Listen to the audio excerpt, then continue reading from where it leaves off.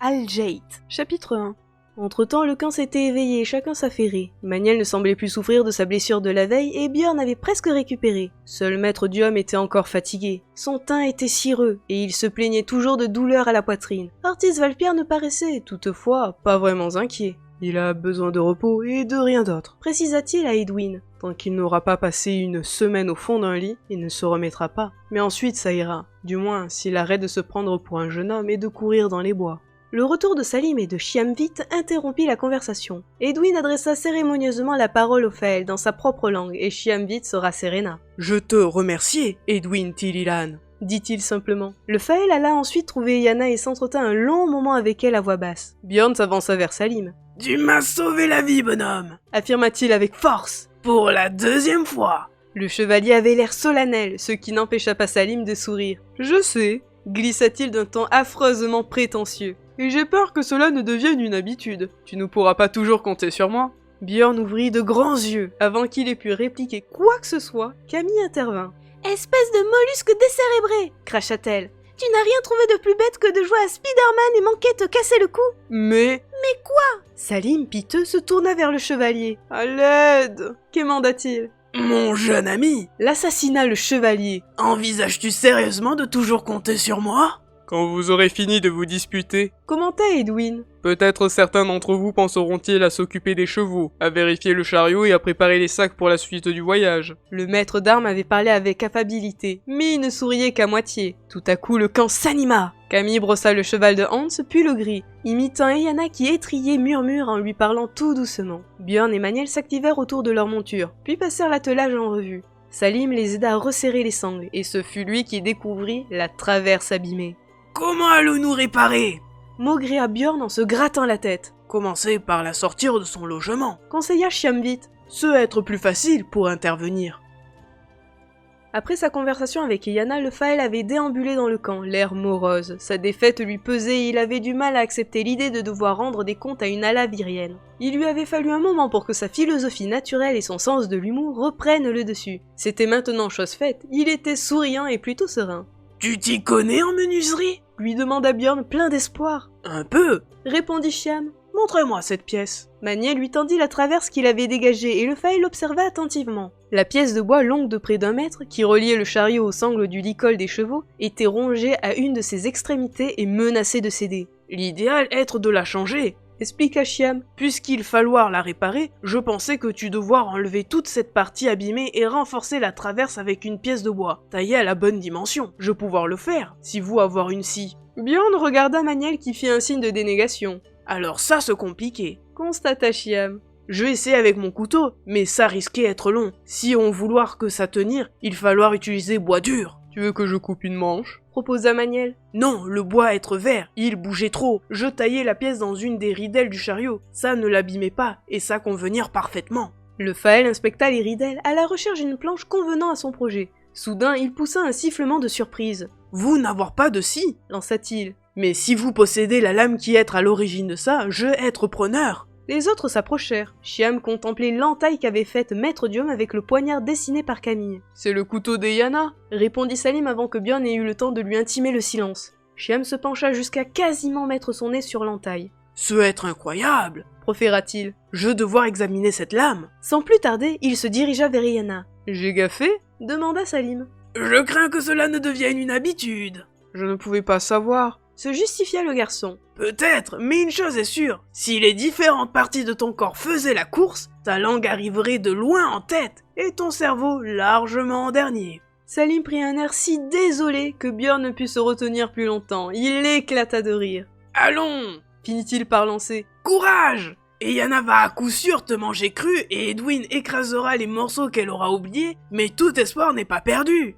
Chiam revint à ce moment en compagnie de Camille et d'Eyana. Il tenait le poignard à la main. Il le regardait avec une fascination teintée d'émerveillement, et il lui fallut quelques secondes pour se reprendre. et Yana en profita pour faire les gros yeux à Salim qui se recroquevilla. Finalement, le Faël appuya la lame sur la ridelle. Il découpa sans effort la bande de bois dont il avait besoin. De nouveau, il émit un sifflement et se replongea dans l'examen du poignard. « Il n'avoir pas la moindre trace d'émoussement !» constata-t-il. « Je me targuais d'être un spécialiste et l'acier Faël être le meilleur au monde, mais jamais je n'avoir vu un objet aussi parfait. D'où venir ?» Les autres se regardèrent gênés et Chiam fronça les sourcils. Camille se lança à l'eau. « Je l'ai offert à Ayana, expliqua-t-elle. C'est un héritage de ma famille. » « Tu ne devoir jamais te défaire d'une pareille arme !» protesta Chiam. « Elle ne pas avoir de prix !» « Peut-être, admit-elle, mais Yana en a beaucoup plus l'utilité que moi. » « Ma foi !» conclut le Faël. « Ce être vos affaires !» Il se remit au travail avec habileté et précision. La réparation fut rapidement achevée et il tendit le poignard à Yana. « Voici ton bien. Si un jour tu songeais à t'en séparer, pensez à moi !» La jeune femme répondit par un sourire et remit l'arme à sa ceinture.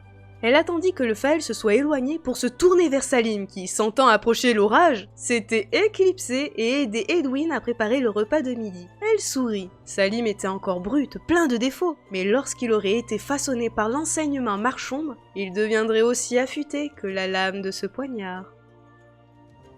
Al-Jait, chapitre 2. Le repas fut l'occasion pour Chiamvit de lier connaissance avec les membres du groupe. Il dut admettre presque malgré lui que les personnages qui l'entouraient sortaient de l'ordinaire. Il avait déjà entendu parler lors de ses précédents voyages en Gwendalavir d'Edwin Tililan, maître d'armes de l'empereur, et ne doutait plus des talents d'Eyana Kaldin. Il découvrait maintenant Duham Nil Erg, vieillard bourru à l'esprit pénétrant malgré la fatigue qui l'accablait, et Artis Valpierre, le premier rêveur qu'il ait jamais rencontré. Il fut étonné de constater que Björn et Maniel, bien que pesant chacun 3 ou 4 fois le poids d'un Faël, avaient une conversation agréable, mais ce furent les deux jeunes gens qui lui causèrent la plus grande surprise. Le garçon, Salim, avait la même couleur de peau que lui, et Chiam le soupçonna d'avoir un Faël parmi ses ancêtres. Les unions entre son peuple et les humains étaient rares, mais fécondes. Les sangs mêlés existaient. Demi-Faël ou pas, le garçon bouillonnait d'une telle énergie que Chiam se demanda ce qu'il deviendrait une fois adulte, s'il ne se cassait pas le cou avant. La jeune humaine était encore plus singulière. Elle se prénommait Camille, mais plusieurs fois, Chiam avait entendu Maître Duham l'appeler Ewilan. De prime abord, on ne remarquait d'elle que la grâce de son visage et la beauté de ses grands yeux violets. Puis insensiblement, on était attiré par l'aura qui se dégageait d'elle, et qui était tenue en bride par la partie encore enfantine de son être. Elle pouvait se comporter en gamine, et une seconde plus tard montrer une profondeur de caractère étonnante, même pour une adulte.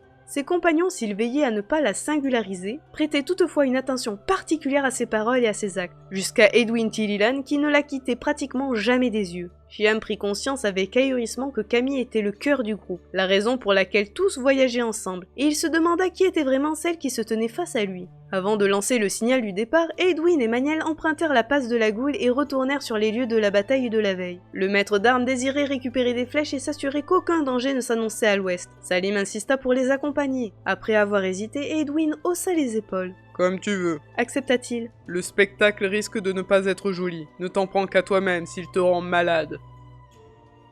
Les cadavres des Reis gisaient toujours sur le sol et Salim découvrit avec écœurement la quantité de sang qui avait coulé. Des bêtes sauvages étaient passées par là durant la nuit et leurs ravages avaient aggravé ceux causés par les armes. Salim ferma les yeux. Je suppose, soupira Edwin en secouant la tête, que si tu n'étais pas venu, tu aurais été malade de curiosité. À toi de voir ce qui est le plus supportable. Un feulement rauque monta des herbes hautes, non loin de là. Edwin porta la main à la poignée de son sabre. Un tigre des prairies, murmura-t-il. Il a dû dormir sur place pour continuer son festin la nuit prochaine. Demi-tour sans précipitation. Si nous ne faisons pas de mouvement brusque, il n'attaquera pas. Tant pis pour les flèches. Ils regagnèrent à reculons la passe de la Goule. Lorsqu'ils furent engagés, ils respirèrent librement. « C'est gros un tigre des prairies ?» demanda Salim. À peu près comme un ogre qui se tiendrait à 4 pattes. Un peu moins haut, plus long et aussi lourd. La première fois que nous sommes arrivés ici, se remémora Salim. Il me semble en avoir aperçu un près de la forêt de Baraï. Vous avez eu de la chance, constata simplement Edwin. Lorsqu'ils rejoignirent le camp, le chariot était chargé. Il avait été convenu que Salim mènerait l'attelage tandis que Maître Duham et Artis Valpierre se tiendraient à l'arrière. Camille retrouva Murmure avec plaisir tandis qu'Eyana montait le cheval de Hans, et Chiam celui du rêveur, presque remis de sa blessure. C'est dans cet ordre qu'ils se mirent en route.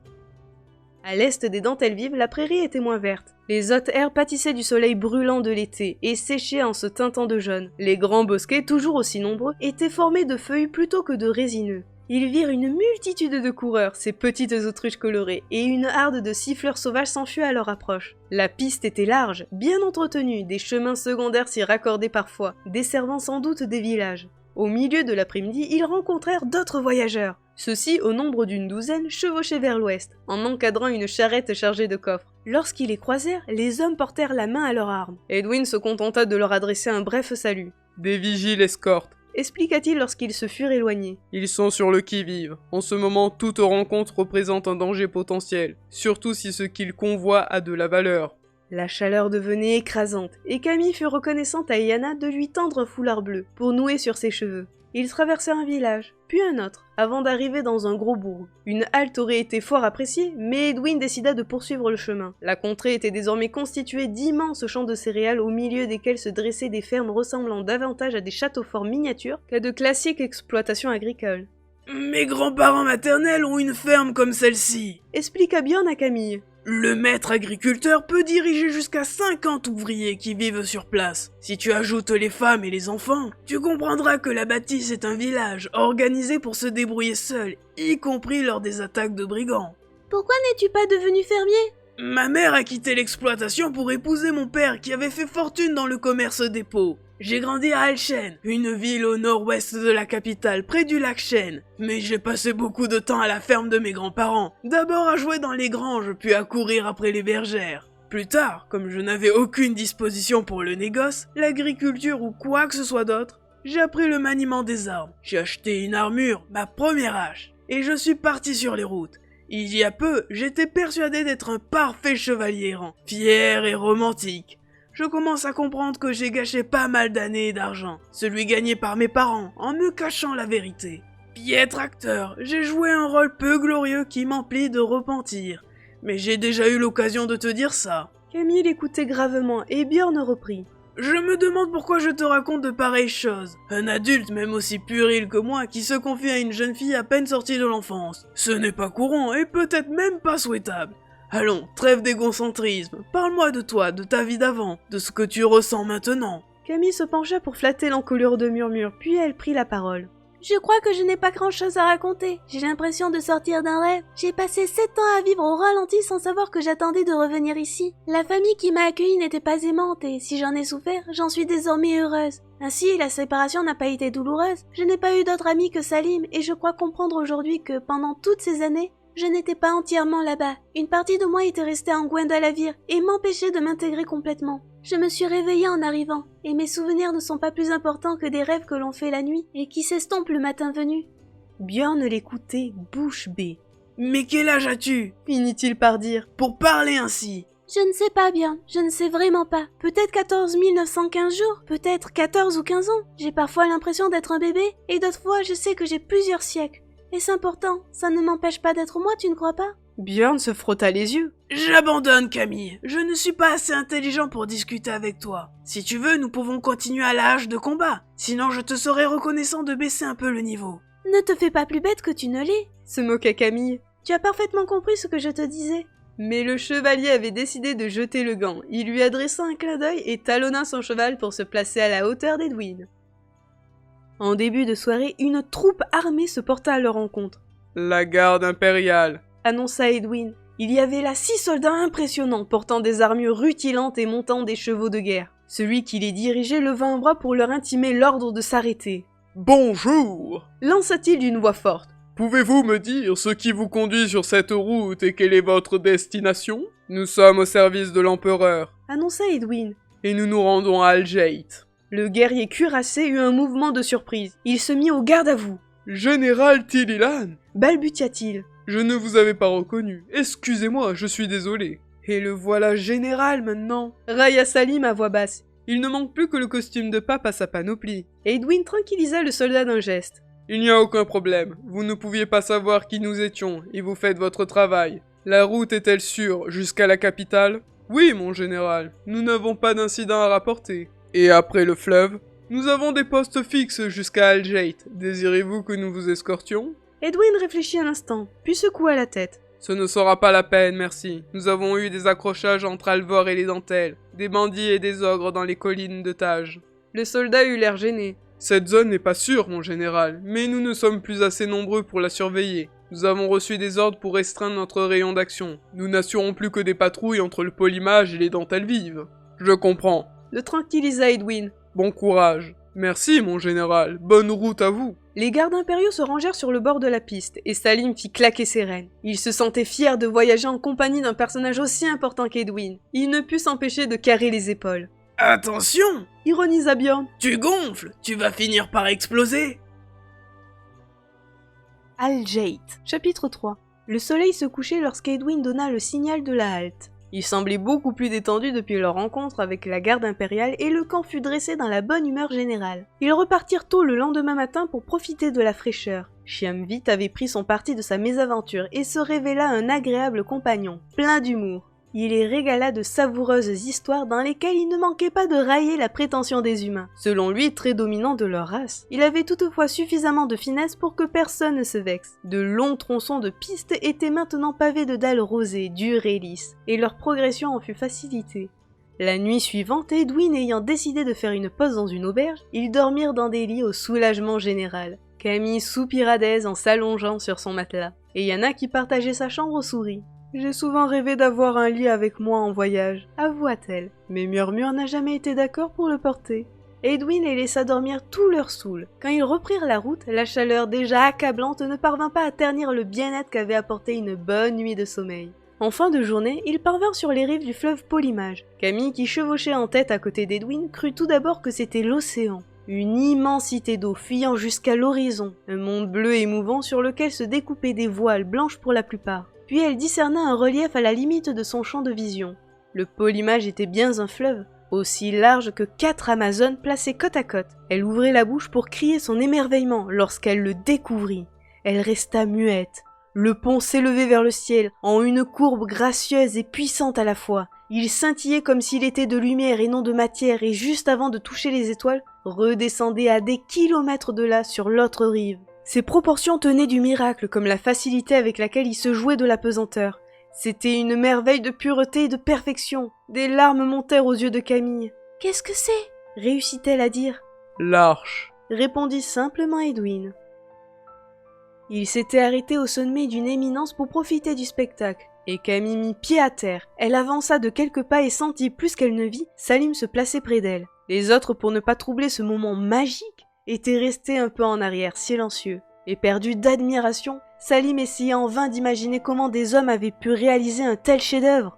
Camille, elle, ne réfléchissait pas. Son cœur et son âme s'envolaient vers l'infini, portés par la courbe de l'arche. En même temps, une boule se noua au creux de son ventre, comme si tout son être se déchirait. Dans son dos, le soleil commença à basculer derrière l'horizon, et elle comprit pourquoi Edwin avait retardé le départ du matin. Il souhaitait qu'ils arrivent à ce lieu à ce moment précis de la journée. Le ciel se teinta d'or et de sang et l'arche explosa. Les cristaux qui semblaient la constituer captèrent une nuance différente dans la palette qu'offrait le soleil couchant. Ils amplifièrent ses couleurs, les dispersant dans toutes les directions, et l'arche devint le centre d'un univers de lumière. Les larmes coulèrent sur les joues de Camille, impossible à arrêter, tandis que la boule dans son ventre se dissolvait, emportée par une vague de joie, et le chuchoteur fut là, niché au creux de son cou. Il n'eut pas besoin de délivrer de message. Camille avait compris. Son bonheur était complet. Elle resta immobile à contempler l'arche jusqu'à ce que le soleil se soit couché et la nuit installée. Le spectacle demeura féerique. Le pont avait pris une couleur argentée et scintillait doucement dans l'obscurité. Impossible de savoir s'il irradiait sa propre lumière ou s'il diffractait celle des étoiles. Salim avait rejoint les autres et le camp était monté. À regret, elle se détourna. Maître Diom vint à sa rencontre. « La première vision de l'arche, » murmura-t-il, « est toujours un moment exceptionnel. » Camille hocha la tête. Elle ne trouvait pas de mots pour décrire ce qu'elle ressentait. Comme s'il l'avait deviné, Maître Diom reprit la parole. « L'arche, tu l'auras perçu, n'a pas été bâtie, mais dessinée. » Je croyais qu'il ne fallait pas faire de dessin permanent. Le vieil homme sourit. C'est vrai, toutefois il y a 1500 ans, lorsque les hommes se sont libérés du Joutlich, ils ont fêté la victoire en créant l'arche et la majeure partie d'Al-Jait. À circonstances exceptionnelles, action exceptionnelle. Je serais incapable d'imaginer quelque chose d'aussi beau. Tous les dessinateurs de Gwendalavir ont uni leurs dons pour cette création et Willan. Ils ont été guidés par le plus grand. Merwin Ril Avalon? Oui, c'est lui qui a brisé le verrou que les Tlish avaient placé dans les spires. C'est également lui qui, le premier, a fait un pas sur le côté et a gagné l'autre monde, celui où tu as été exilé. Merwin, ce nom parle à ma mémoire. Murmura Camille en caressant le chuchoteur, toujours niché sur son épaule. Maître Diom fronça les sourcils en apercevant la bestiole. Ton ami est revenu. Remarqua-t-il. Oui, pendant que je contemplais l'arche, je savais que nous nous retrouverions. Il a vraiment un comportement insolite. Commenta l'analyste. Allons retrouver les autres maintenant. Poursuivit-il en désignant le camp du menton. D'accord, mais avant, juste une question. De quoi est constituée l'arche? Le vieillard sourit.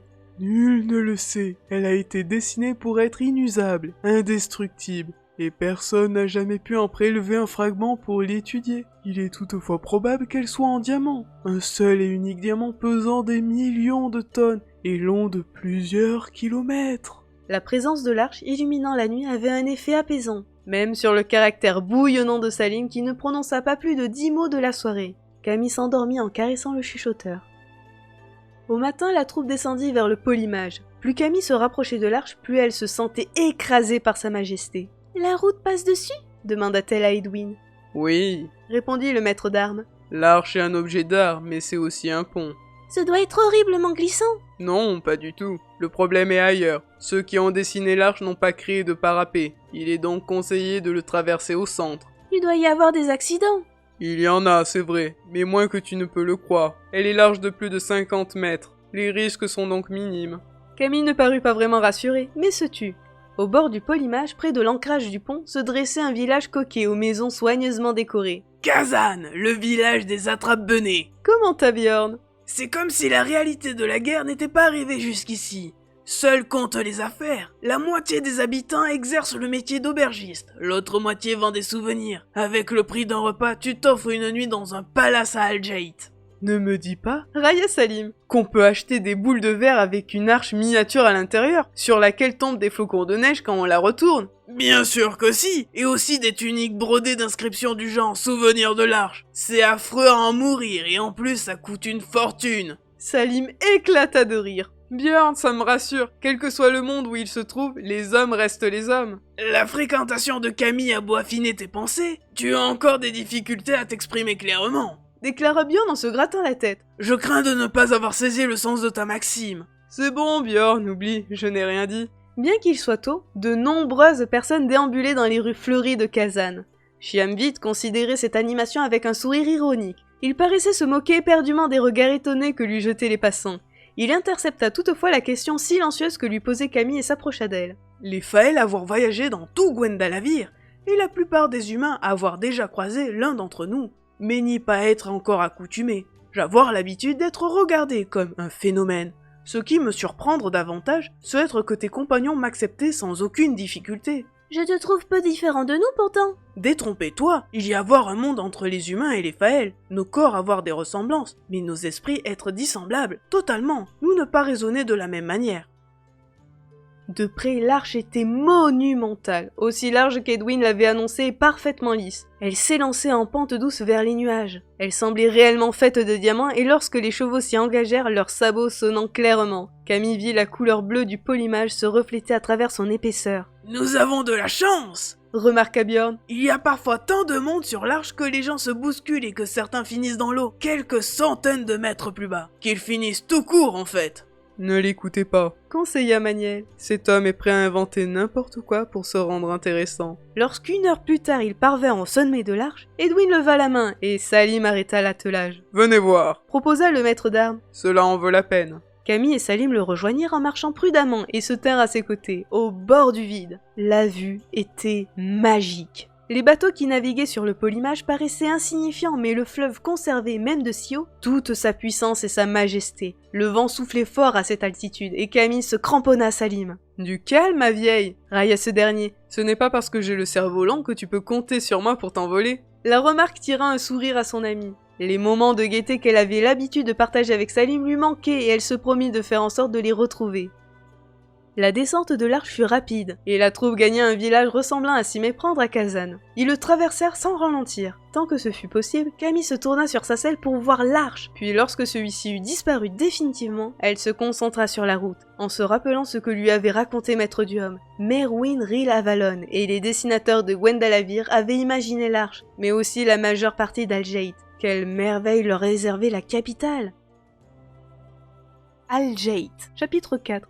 Il leur fallut 4 jours pour allier Algeit. Les agglomérations étaient devenues nombreuses et pour la première fois, Camille et Salim découvrirent des structures autres qu'agricoles. Devant leur regard étonné, Edwin se lança dans des explications. Algeit est le cœur de l'Empire. Quand, il y a 15 siècles, les hommes se sont libérés du Joutlich, ils ont décidé de bâtir la capitale avant de partir à la reconquête de leurs terres. C'est là que s'est concentré tout ce qui restait du savoir humain. Aujourd'hui encore, une bonne partie de l'Empire est sauvage et les hommes qui y vivent sont des pionniers. Vous l'avez constaté en venant jusqu'ici, me semble-t-il. C'est à Algeit qu'on forge l'acier, qu'on coule le verre, qu'on étudie la médecine et les étoiles. C'est à Algeit aussi qu'on forme les dessinateurs. Dans le reste de l'Empire, vous ne trouverez que des artisans et des agriculteurs, y compris dans des villes comme Alvor. Tout en écoutant Edwin, Camille regardait autour d'elle. La contrée était peuplée mais la nature respectée avait conservé une place d'importance. Les villages, s'ils étaient plus étendus que ceux qu'ils avaient eu l'occasion de traverser jusqu'alors, gardaient des dimensions humaines.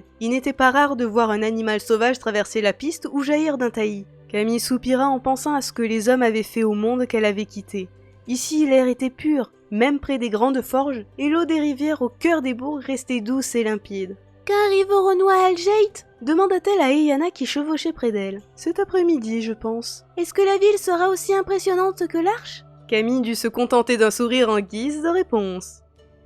Ils furent contrôlés au milieu de la matinée par une patrouille de gardes impériaux. Les soldats étaient détendus et leur travail relevait davantage de la routine que de la nécessité de surveiller la route. Edwin ne se fit pas connaître et ils repartirent après avoir simplement indiqué qu'ils se rendaient à la capitale pour affaires. La route était large, ses dalles roses soigneusement jointes, et ils rencontrèrent de nombreux voyageurs circulant dans un sens ou dans l'autre. Enfin, du sommet d'une colline arrondie, couverte d'herbes rases, Algeit leur apparut. Une nouvelle fois, Camille eut la respiration coupée. Algeit n'était pas une ville, mais un miracle de clarté, de couleur et d'eau. Jaillissant de la plaine comme un bastion inexpugnable, un plateau rocheux aux bords verticaux s'élevait à une 50aine de mètres. La capitale était construite à son sommet. Tours défiant le ciel, coupoles de nacre, passerelles arachnéennes. Chacun des toits semblait tissé de lumière et l'ensemble tenait davantage du chef-d'œuvre prêt à l'envol que de la ville classique. Plus magnifique encore que les constructions élancées, un rideau liquide tombé du plateau, en une pluie continuée, cataracte scintillante, rejoignait les méandres d'un lent cours d'eau qui en faisait le tour.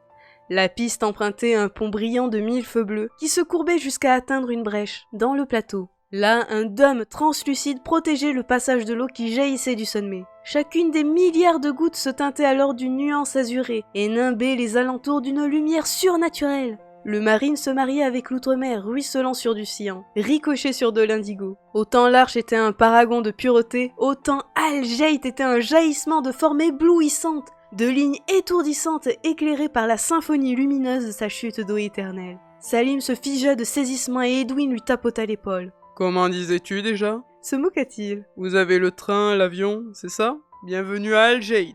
Le pont, la brèche et la cascade devant vous forment la porte de saphir. Au sud, la porte émeraude, au nord, l'améthyste et la porte de rubis à l'est. »« D'où vient l'eau ?» interrogea Camille. « Pourquoi ne cesse-t-elle pas de couler? Quelle force la conduit en haut ?» ?»« Tu es mieux placé que moi pour répondre. » remarqua Edwin. « Les mystères de la beauté d'Algeit trouvent leur explication dans l'art des dessinateurs qui l'ont imaginée. Pour moi, elle est merveilleuse. Cela me suffit. » Aucune construction ne s'élevait dans la plaine qui entourait la capitale, comme si personne n'avait osé bafouer la magnificence de la cité. Les sabots des chevaux, lorsqu'ils arrivèrent sur le pont, émirent le même son cristallin que lorsqu'ils avaient traversé l'arche. La route était devenue bleue et Camille ne douta pas une seconde qu'elle était de saphir. Salim, complètement dépassé par la somptuosité du spectacle, n'osa pas demander pourquoi la rivière coulait en boucle, ce qui était théoriquement impossible. Il se contenta de lever les yeux.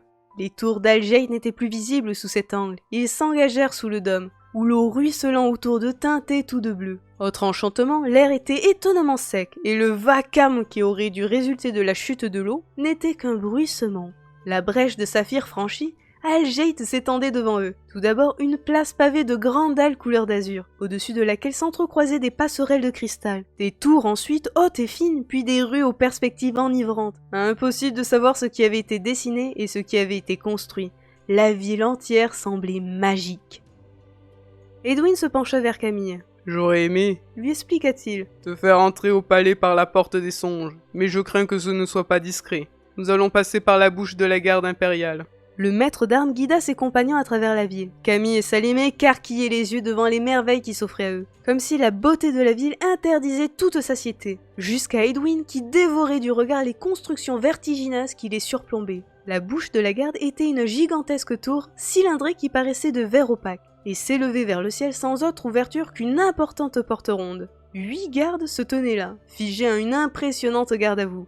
Edwin s'approcha de leur officier et lui murmura quelques mots. L'homme se raidit et aboya un ordre. Les soldats s'écartèrent et les compagnons engagèrent leur monture dans la bouche. Un tunnel cylindrique lui aussi les conduisit 30 mètres plus loin jusqu'à une cour au sol lisse et blanc. Au-dessus d'eux, le ciel découpait un cercle bleu. De nombreuses fenêtres et quelques portes s'ouvraient dans les murs de verre. Edwin descendit souplement de cheval, imité par ses amis. Camille remarqua que le maître d'armes avait encore gagné en prestance, comme s'il venait d'endosser un nouveau rôle qui exigeait de lui qu'il soit fier et charismatique. Il s'adressa brièvement aux gardes qui s'étaient précipités à sa rencontre, puis se tourna vers elle. Si tu ne vois pas d'inconvénient, Lui proposa-t-il. tu vas venir avec moi, pendant que nos compagnons prendront le repos qu'ils ont mérité. Je suppose que je n'ai pas vraiment le choix. Remarqua Camille sans acrimonie. Sois prudente, lui cria Salim alors qu'elle s'éloignait avec Edwin. Tu sais que lorsque je ne suis pas là pour veiller sur toi, tu fais les pires bêtises. Elle secoua la tête et s'abstint de répondre. Le maître d'armes la guida le long d'une série de couloirs où ils croisèrent des soldats et de rares civils. Puis ils gravirent un escalier et abordèrent un niveau moins fréquenté. Camille avait vaguement l'impression d'avoir quitté la tour, mais son sens de l'orientation était perturbé par les multiples changements de direction imposés par son guide. Elle se préparait à l'interpeller à ce sujet, lorsqu'Edwin frappa 3 coups à une porte qu'il poussa sans attendre de réponse. La pièce dans laquelle ils pénétrèrent était claire, meublée sobrement, la majeure partie de l'espace occupée par une table immense jonchée de papiers et de cartes. Un homme se trouvait là. Il se tourna au bruit qu'ils firent en entrant, et un sourire illumina son visage lorsqu'il les vit. Edwin, S'écria-t-il. je commençais à m'inquiéter. Ton dernier message date de plus de 15 jours. As-tu réussi à convaincre les Faël? Camille examina brièvement l'homme qui se tenait devant eux. Il était grand, âgé d'une 40aine d'années. Un fin collier de barbe encadrait un visage aux traits fatigués mais aux yeux vifs et perçants. Il était vêtu simplement d'un pantalon et d'une tunique blanche sur laquelle était passée une cotte de mailles légère. Edwin s'inclina avec respect. J'ai renoncé à ma mission. Annonça-t-il. L'homme en blanc eut un mouvement de surprise, mais déjà Edwin poursuivait. Chiamvit, prince Faël, m'a accompagné jusqu'ici. Ce n'est toutefois pas pour cette raison que j'ai fait demi-tour. Sans donner davantage d'explications, il s'effaça devant Camille. Algate. Chapitre 5.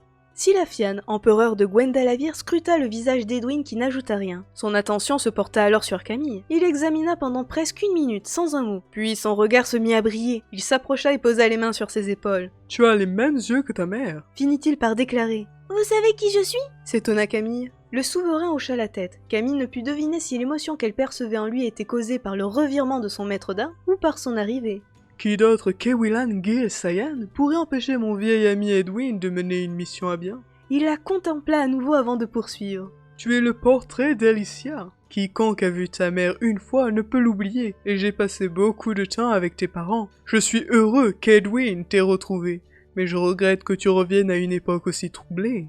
Majesté, Intervint ce dernier. Ewilan a le don. L'empereur se redressa et surpris fixa Edwin. Si jeune? Que veux-tu dire? Neil Erg l'a testé. Expliqua le maître d'armes. Elle a généré un cercle noir. Un cercle noir, mais... Elle n'a aucun souvenir de son enfance, Majesté. Ses parents l'avaient mise en sécurité dans l'autre monde et avaient effacé sa mémoire. Elle est revenue seule en faisant un pas sur le côté. Elle a vaincu toujours seule un mercenaire du chaos, certainement un mentai. Elle sait imaginer des dessins qui persistent, et tout laisse à croire qu'elle est capable d'éveiller les figés. Continua Silafian dans un murmure. Il se passa les mains dans les cheveux. Si seulement nous savions où il se trouve. Acheva-t-il. Nous le savons, Majesté. Déclara Edwin. Et Willa nous a également révélé cela. L'empereur donna un grand coup de poing sur la table. Bon sang! S'exclama-t-il. Ça change tout! Nous avons une chance maintenant! Qu'est-ce que le vieux Diome pense de tout cela? Il est au palais, Majesté. Il a fait le voyage avec nous. Silafian, euphorique, se tourna vers Camille. Sais-tu ce que représentent pour nous les paroles d'Edwin? Je crois que tout le monde a fait en sorte que je comprenne, Répliqua Camille. Si je peux éveiller les figés, je le ferai. L'empereur la considéra stupéfait. Elle est étonnante, expliqua Edwin. Mais Altan et Alicia se devaient d'avoir une telle fille.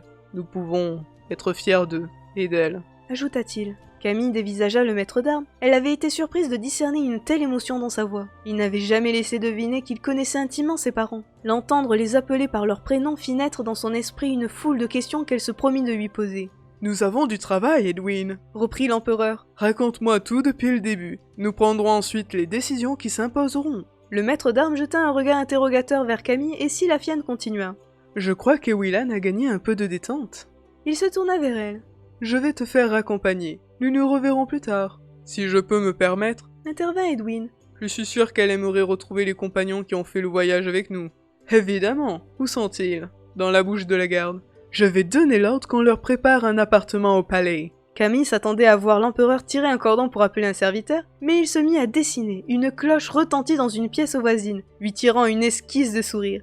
Le souverain de Gwendalavir était un bien piètre dessinateur. Un soldat ne tarda pas à se présenter, et Silafiane lui donna quelques ordres brefs. « Tu peux suivre mon ordonnance, » ajouta-t-il à l'intention de Camille. « Il te conduira à tes amis. » Elle se demanda brièvement comment il fallait prendre congé de l'empereur, mais celui-ci abrégea son embarras en lui passant la main dans les cheveux. « À tout à l'heure, Ewilan. Au-delà même de l'espoir que tu nous apportes, je suis sincèrement heureux de t'avoir retrouvé. » Algate, chapitre 6. Maître Diom et Artis Valpierre étaient absents, mais le reste de la compagnie se prélassait dans de profonds fauteuils de cuir disposés autour d'une table basse sur laquelle étaient placés des rafraîchissements. Chiamvit avait passé une jambe par-dessus un accoudoir et siroté un verre de bière. Il semblait apprécier la situation et discuter avec Eyana. Bjorn et Salim, qui à son habitude faisaient preuve d'une abominable impertinence, se chamaillaient. Seul Maniel paraissait mal à l'aise et tout naturellement, une fois son arrivée saluée par des exclamations, Camille se dirigea vers lui. Contrairement aux autres, le colosse tenait droit dans son fauteuil et n'avait pas touché au boisson. « Un problème ?»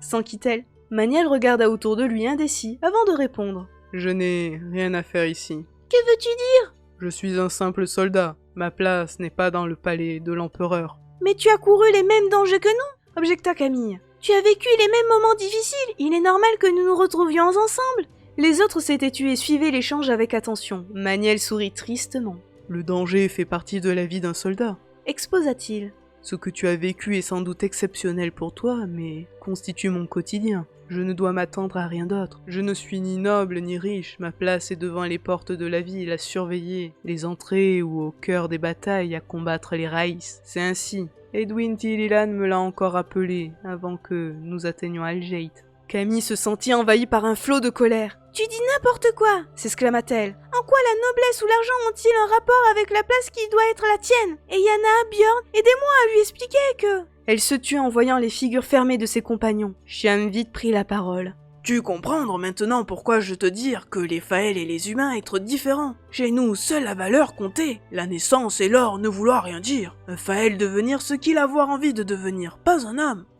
Mais ce être ainsi. Maniel demain garder les portes d'Algate. Une minorité commander, les autres obéir. Et si tu ne pas me comprendre, demander à tes amis ce qu'ils avoir envie de faire et ce qu'ils faire vraiment. » Camille, défaite, se tourna vers les autres. Personne n'osait parler et le silence devint écrasant. Finalement, Bjorn se gratta la gorge et se lança. « Je t'ai avoué à quel point tu as transformé ma vie. Je ne demanderai qu'à continuer, mais... » Le chevalier avait l'air affreusement gêné. Il poursuivit malgré tout.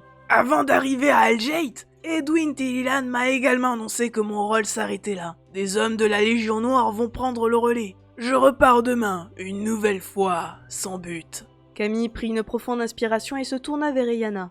La jeune femme sourit tristement. « Tu sais pourquoi je suis ici, n'est-ce pas ? Je dois sur mon honneur sauver 3 fois la vie d'Edwin. Je me suis toutefois attachée à toi et à cette tête brûlée de Salim. C'est sans doute mon irrépressible romantisme qui le veut. Et je saurais volontiers rester près de toi jusqu'à la fin de ton parcours. Cela m'a été refusé. J'ai reçu le même message que Bjorn et Maniel. » Camille poussa un affreux juron, mais Chiam n'en avait pas fini.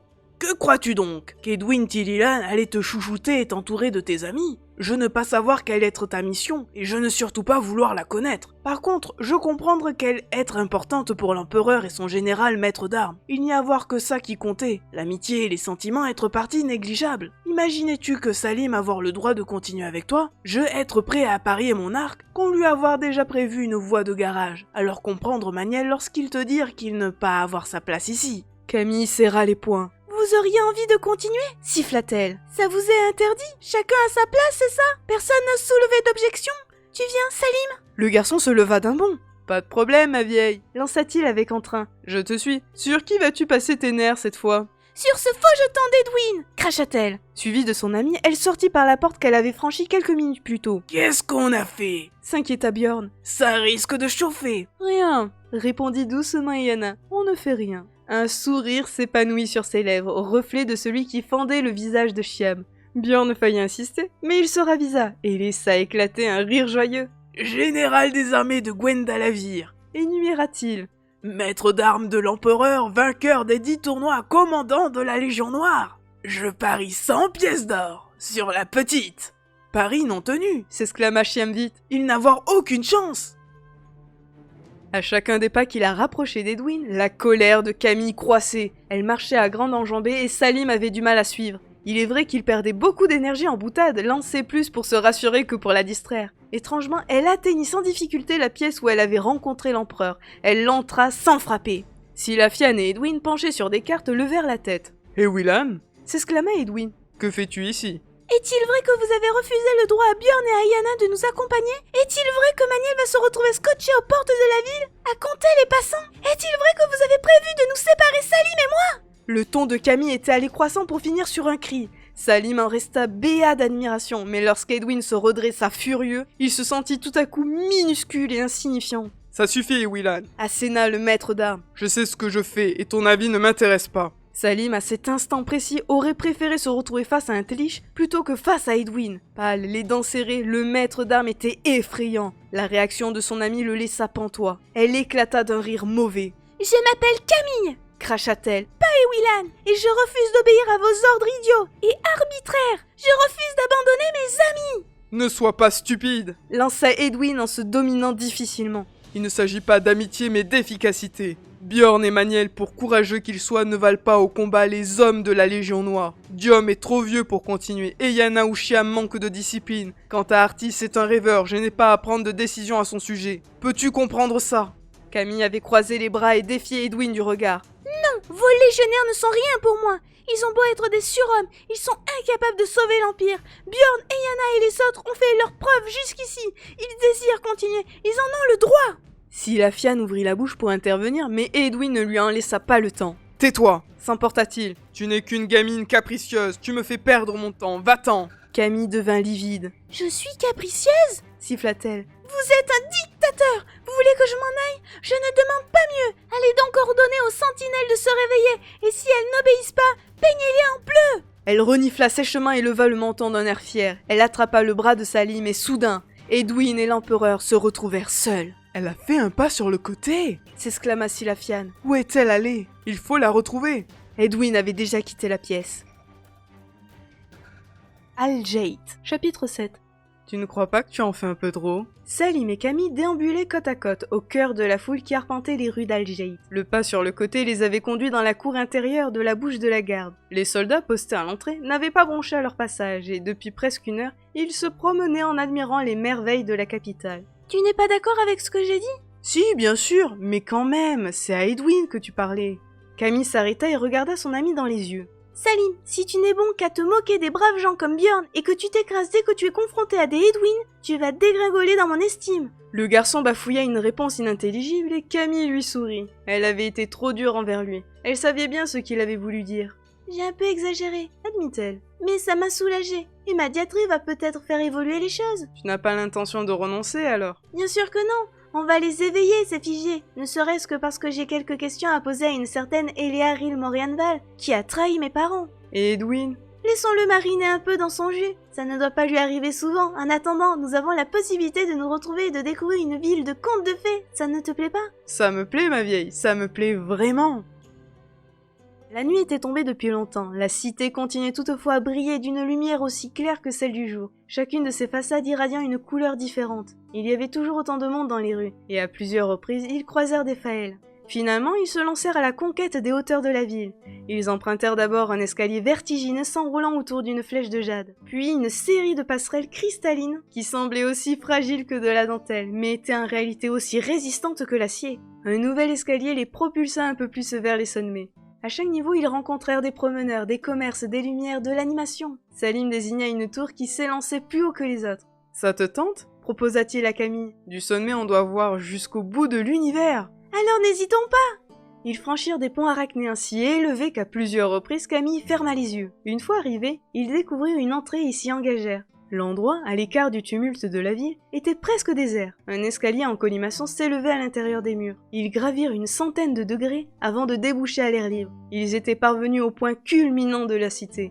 Les lumières qui régnaient plus bas n'arrivaient pas entièrement jusqu'à eux et des myriades d'étoiles se découpaient sur le ciel nocturne. Ils se trouvaient sur une plateforme circulaire de presque 20 mètres de diamètre, et pour la première fois depuis des jours, ils étaient complètement seuls. Ils se penchèrent par-dessus le parapet pour admirer Al-Jait. « Si ma carte dit vrai, déclara Camille, nous sommes au sud-est de l'Empire. Alpol est dans cette direction, à presque 1000 kilomètres. Est-ce que ta carte explique comment nous allons rejoindre nos lits ? Ironisa Salim. Je commence à fatiguer et au risque d'attirer tes moqueries, je dois avouer que j'ai faim. J'avais oublié que tu étais un estomac à pâte. Et fainéant en plus. C'est bon, rentrons.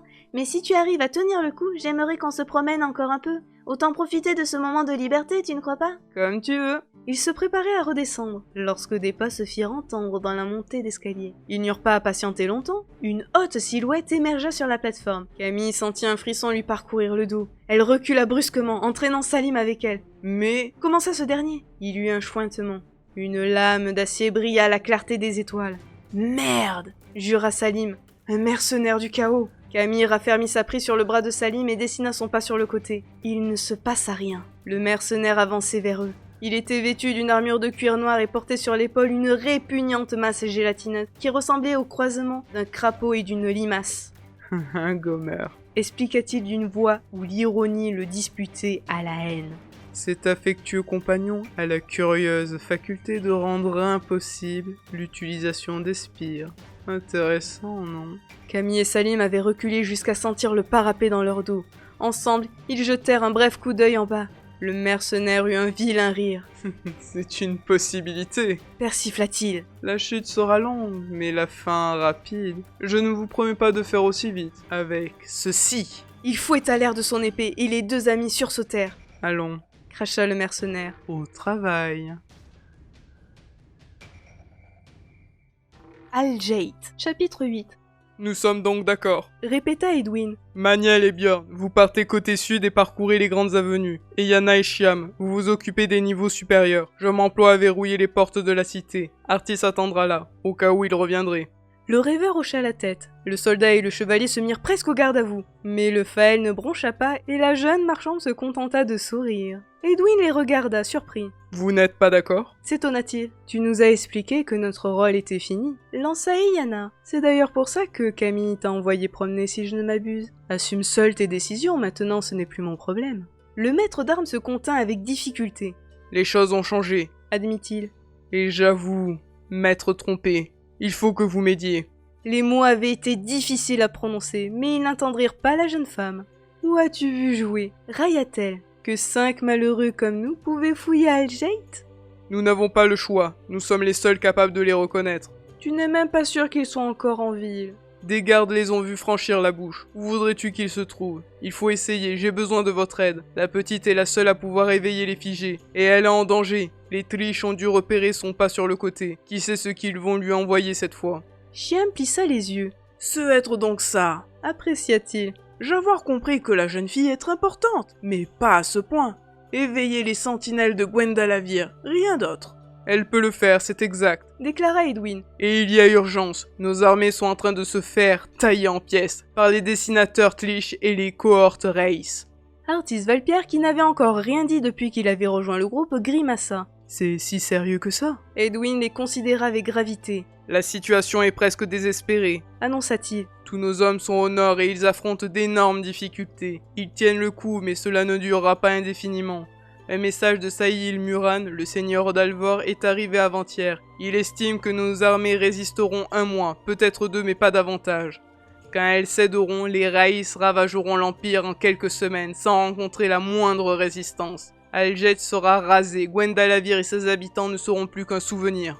Le rêveur pâlit. Il se tourna vers Rihanna. Je sais ce que tu penses de moi. Articula-t-il sans bafouiller ni rougir. Tu trouves que je suis un lâche, un pleutre, en moins que rien. Sache que je préfère être tout cela plutôt que de te ressembler, même un peu. Tu es une femme arrogante et obstinée. Pour ménager ton amour-propre, tu cours le risque de sacrifier des millions d'êtres humains.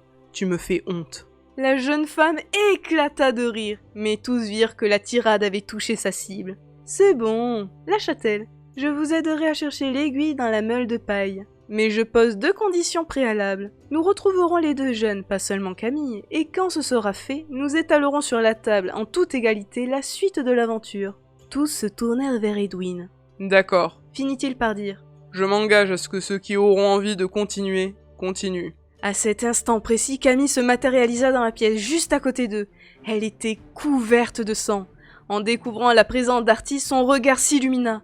Avant que quiconque ait pu prononcer un mot ou esquisser le moindre geste, elle se précipita vers le rêveur et le saisit par le bras. Une fraction de seconde plus tard, ils avaient disparu. Aljet, chapitre 9. Le mercenaire du chaos avait fait un pas en avant. Les 2 amis étaient acculés au parapet et l'assassin se délectait visiblement de la situation. Son épée siffla une seconde fois. Camille ne put retenir un cri. Le rire du mercenaire résonna à nouveau, méprisant et mortel. Sur son épaule, le gommeur ressemblait à une outre flasque et putride, le compagnon idéal pour un être tel que lui. Salim serra les dents. « Donne-moi ton poignard », ordonna-t-il à Camille. « Non, Salim !» Le mercenaire baissa la pointe de sa lame. « Mais oui, persifla-t-il. Excellente idée. Donne-lui donc ton poignard. » Sans s'occuper de lui, Salim fixa son regard dans les yeux de son ami. « Donne !» lui enjoigna-t-il. Sa voix était calme, assurée. Il était pourtant tendu comme un arc et les muscles de ses mâchoires tremblaient imperceptiblement. Lentement, Camille dégagea le couteau qu'Eyana lui avait offert et le lui tendit. Salim se tourna vers le mercenaire. « Quel courage !» railla ce dernier. « Si tu n'étais pas aussi ridicule, je te trouverais presque comique. » « Chez moi, on a un dicton, » articula Salim d'une voix blanche. « On dit stupide comme un mercenaire. » Piqué au vif, l'assassin sursauta. Il relâcha son attention une infime seconde. Salim bondit, il était rapide, décidé, mais le mercenaire était une machine à tuer surentraînée. Il évita sans peine la charge maladroite du garçon et leva son épée. Salim eut un hoquet lorsque la lame lui perfora l'abdomen, et Camille poussa un hurlement en le voyant ressortir dans son dos, ruisselante de sang. Il savait depuis le début qu'il n'avait aucune chance de vaincre ou même de blesser le mercenaire. Il n'essaya pas. La douleur dans son ventre était atroce. Ses forces le quittaient à une vitesse incroyable, déjà sa vue se troublait, ses jambes se mirent à trembler. « Stupide, comme un mercenaire. » balbutia-t-il, en abattant son poignard. Le coup était faible, il n'aurait pas entamé l'armure du mercenaire. Le gommeur, lui, fut sectionné en 2. Salim s'effondra. L'assassin comprit qu'il devait agir vite. Il se précipita vers Camille, mais plus rapide que lui, elle se propulsa dans l'imagination. Il s'attendait à la voir disparaître. Une boule de feu le cueillit au creux de l'estomac et lui fit traverser la moitié de la plateforme. Camille n'avait pas bougé. Il se remit péniblement debout, ses vêtements en flammes. Il fit un pas, un seul. Un éclair titanesque fendit le ciel, illuminant la ville et les alentours. Le mercenaire fut réduit à un tas de cendres. Camille se précipita vers Salim. Il était tout pâle. Une grosse tache de sang s'élargissait sous lui. Il tenta pourtant de sourire en la voyant. « Joli éclair, ma vieille, » murmura-t-il avec difficulté. « Presque aussi joli que tes yeux. » Il fut pris d'un tremblement soudain et Camille poussa un cri d'angoisse. « Fait froid, » chuchota-t-il. « Tu trouves pas ?» Camille ne répondit pas, elle avait disparu. Salim plissa les yeux. Dommage, songea-t-il. Il s'enfonça doucement dans les ténèbres.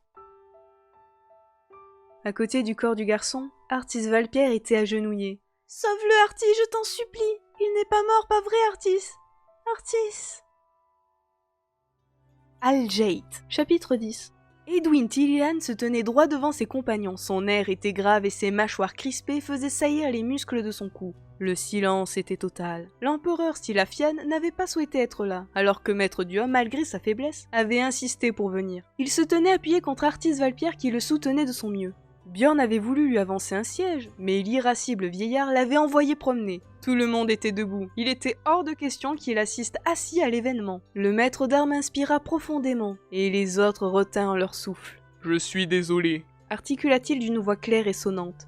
Camille sentit l'émotion lui nouer le ventre, tandis qu'Edwin continuait. « Je vous demande pardon à tous. » Maniel s'agita mal à l'aise, et Yana posa la main sur son bras. Le colosse aurait souhaité être à des kilomètres de là, mais il comprenait que sa place était ici, qu'il avait mérité. Les humains sont en danger. Reprit Edwin. Un danger plus grave que ceux auxquels nous avons été confrontés jusqu'à présent. La puissance de nos armées est insuffisante pour y faire face, alors que notre avenir s'assombrit de jour en jour, et Willa nous apporte l'espoir. Une jeune fille à peine sortie de l'enfance et non un guerrier invincible. J'aurais dû prendre ce fait en compte, mais j'ai raisonné comme un soldat en écartant l'évidence. Vous avez prouvé votre valeur lors de la première partie de notre voyage et vous souhaitez le poursuivre, jusqu'à ce que nous réussissions à éveiller les figés. C'est votre droit, et je me rallie avec joie à votre désir.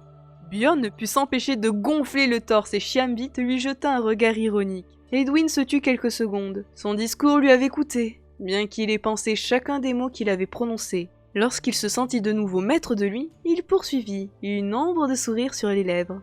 N'espérez tout de même pas que cela change quoi que ce soit au fonctionnement de notre groupe. J'en conserve le commandement et si j'accepte d'écouter vos arguments, quiconque désobéira aura affaire à moi. Bien parlé, chef! S'écria Salim. J'en connais un, Björn pour ne pas le nommer, qui aurait bien besoin d'une fessée de temps en temps.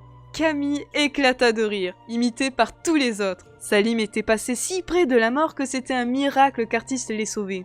Il s'en est fallu d'une poignée de secondes. Avait laissé entendre le rêveur lorsque plus tard on l'avait questionné. Il avait réussi grâce à son art à soigner l'affreuse blessure causée par l'épée du mercenaire. Son rêve s'était déroulé sur le corps du garçon moribond, suturant les organes touchés, restituant leur intégrité aux veines et aux artères. L'extraordinaire vitalité de Salim avait fait le reste. Là où un autre aurait mis une semaine à récupérer, il ne lui avait fallu qu'une nuit de repos pour être sur pied. Il vacillait encore un peu et se palpait parfois le ventre avec étonnement, mais chacun savait qu'il était remis. Björn avait dissimulé son angoisse derrière une boutade. Tu aurais pu rester mort un peu plus longtemps, ça nous aurait fait des vacances.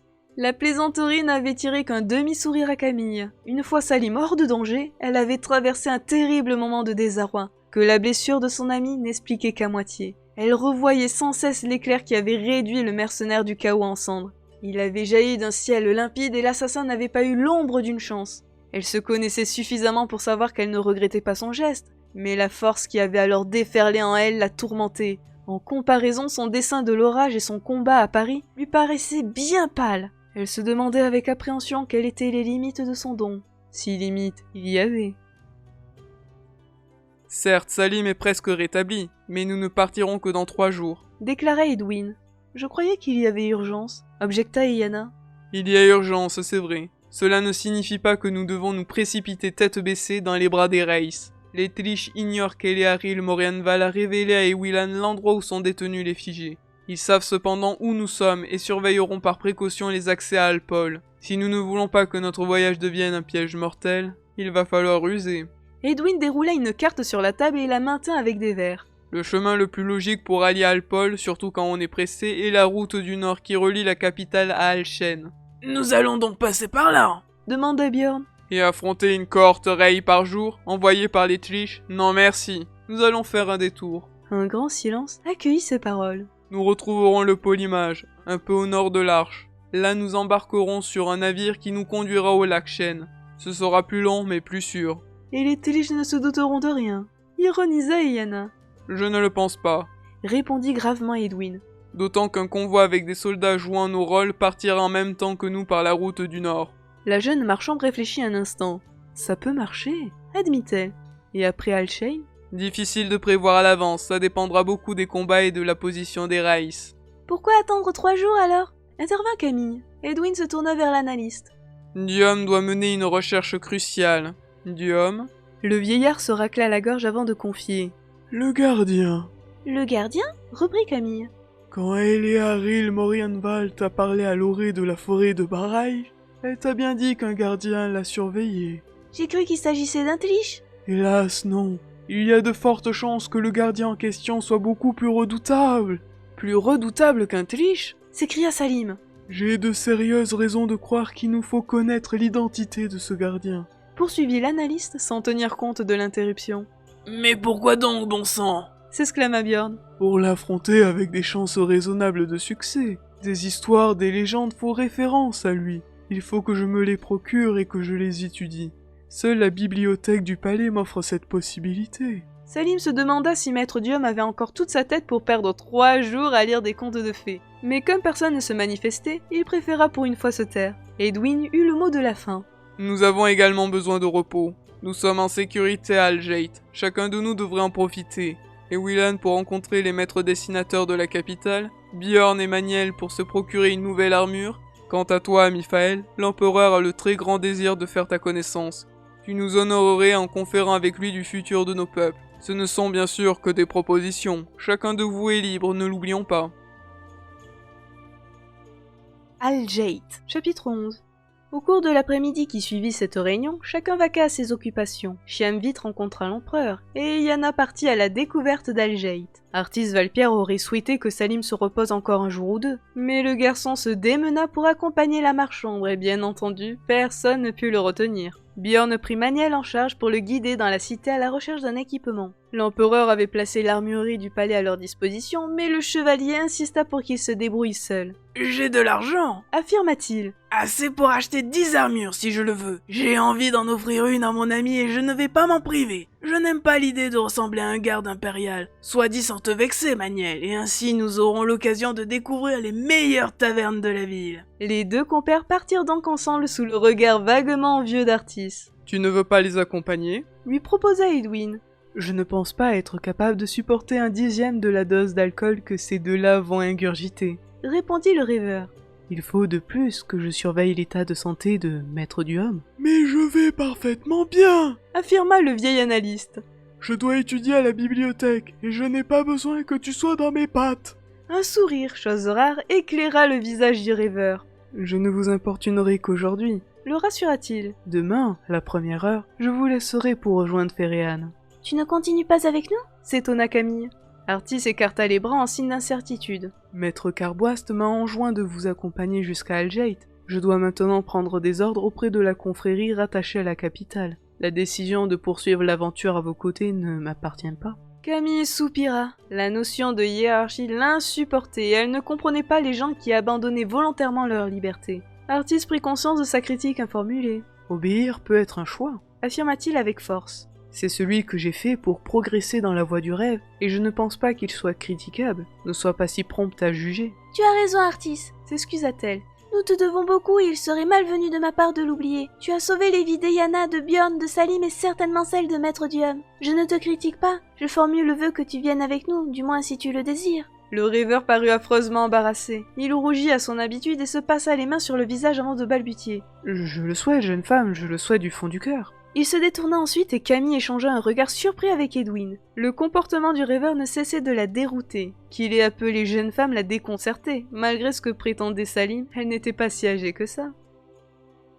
Maître Diom et Artis se retirèrent. Camille resta seule avec Edwin. Et toi, qu'as-tu prévu ? Demanda-t-il. Vous avez mentionné les maîtres dessinateurs d'Algate ce matin. Je crois que j'aimerais les rencontrer. Rien de plus facile. Le Verroutlich leur interdit de s'avancer trop loin dans les spires, mais leur enseignement repose davantage sur la pédagogie que sur la puissance. Ils sauront t'intéresser et te faire découvrir des aspects encore inconnus de leur art. Ils sont vraiment incapables d'abattre ce verrou? Ce sont de bons dessinateurs, d'excellents professeurs. Expliqua le maître d'armes. Mais seuls les sentinelles ont assez de pouvoir pour détruire le verrou. Camille l'observa. Il était détendu et fait rare, visiblement d'humeur à discuter. Elle décida de se jeter à l'eau. Edwin, vous avez connu mes parents? Vous voulez bien me parler d'eux? Il hésita un instant, puis sourit et s'assit dans un fauteuil. Camille s'installa face à lui et se prépara à boire ses paroles. J'ai connu ton père. Commença Edwin. Alors qu'il avait 17 ans et moi 20. Il était l'un des dessinateurs les plus doués de l'Empire, et le plus précoce. J'arrivais du Nord et si dans la citadelle j'étais un seigneur, à Algate je n'étais plus qu'un jeune homme un peu perdu. Nous nous sommes rencontrés au palais et très vite nous sommes devenus amis. Lui exubérant et social, moi secret et timide. Nous nous sommes parfaitement complétés. Il avait pour tâche de dévoiler à Silafienne, le futur empereur, les arcanes du dessin. J'avais pour devoir de lui enseigner le maniement des armes. Rapidement, nous avons constitué un trio d'inséparables amis. Même si le statut de Silafienne l'empêchait de tout partager avec nous. Nous avons vécu 3 années magnifiques. La vie nous sourit. Nous étions jeunes, libres et avions la chance de connaître une amitié parfaite. Puis ta mère est arrivée. C'était une jeune dessinatrice d'à peine 18 ans, peut-être encore plus douée que ton père. Elle était merveilleusement belle, intelligente, fine. Nous sommes tombés tous les trois désespérément amoureux d'elle. Elle a choisi Altan, ton père. Cela n'a pas brisé notre amitié, mais a mis fin à notre vie insouciante. Silafian le premier s'est éloigné. Il est monté sur le trône et s'est pleinement consacré à sa fonction. Je suis parti pour la frontière nord, de nouveau en but aux attaques des Raïs. Je n'étais pas mécontent de m'éloigner. Je savais qu'il me faudrait du temps pour accepter sereinement l'union de tes parents. Il resta un instant silencieux, perdu dans ses souvenirs. Je ne devais pas les revoir avant de nombreuses années. Reprit-il. Ton frère Akiro est né sans que je sache. J'étais général des armées impériales et la guerre ne me laissait pas de répit.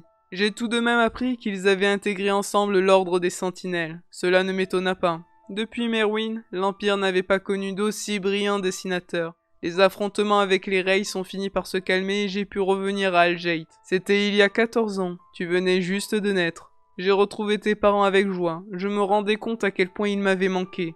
Et j'ai été heureux de découvrir que le bonheur qui se dégageait de ta famille était sans faille. J'ai vu Elicia te raconter des histoires, alors que tu n'avais pas 6 mois. Tu gazouillais en essayant d'attraper tes pieds et ta mère était toujours aussi belle. J'ai passé avec vous quelques jours parmi les plus doux de ma vie. Akiro était un petit garçon de 5 ou 6 ans, je crois. Plein de vie, vif et intelligent. Pourtant, c'était toi que je regardais. Tu étais le bébé que j'aurais pu avoir avec Elicia.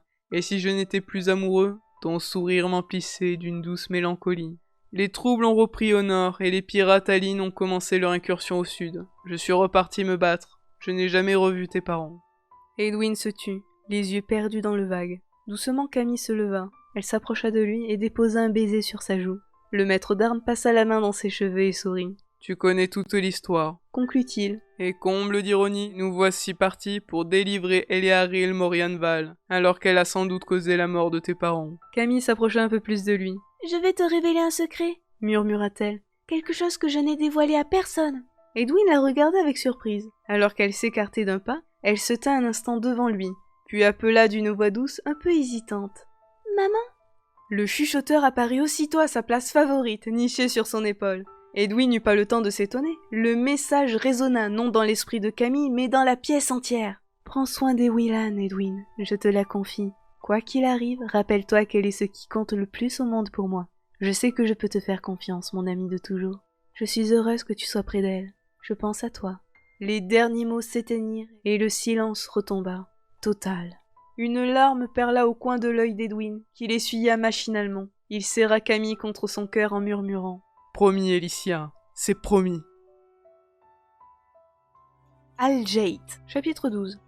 Les 3 jours de répit s'écoulèrent rapidement. Salim les passa dans les rues d'Algeit avec Eyana et Shiam. Il appréciait de plus en plus le Faël et son sens de l'ironie, et continua à dueler la marche sombre. Edwin leur avait libéré une salle d'armes et Salim sortait de ses séances moulues, mais ravi. Les soirées que Bjorn et Maniel passèrent ensemble leur permirent de jeter les bases d'une solide amitié. Ils avaient commandé 2 armures presque identiques à un célèbre artisan d'Algeit, Maniel ayant seulement demandé qu'on grave sur son plastron le rameau doré de la maison Ilmuran. Leur prix était très élevé, mais le chevalier assura son ami que cela n'avait aucune importance. Le forgeron requit 2 jours de délai qu'ils employèrent à se balader et à festoyer. Maître Dium s'enferma dans la bibliothèque et on ne fit plus que l'entrevoir. Artis, comme prévu, était parti pour Ferian, et ne donnait pas signe de vie. Edwin, lui, passa le plus clair de son temps avec l'empereur, mais se débrouilla pour toujours garder un œil sur Camille. Celle-ci avait découvert les maîtres dessinateurs.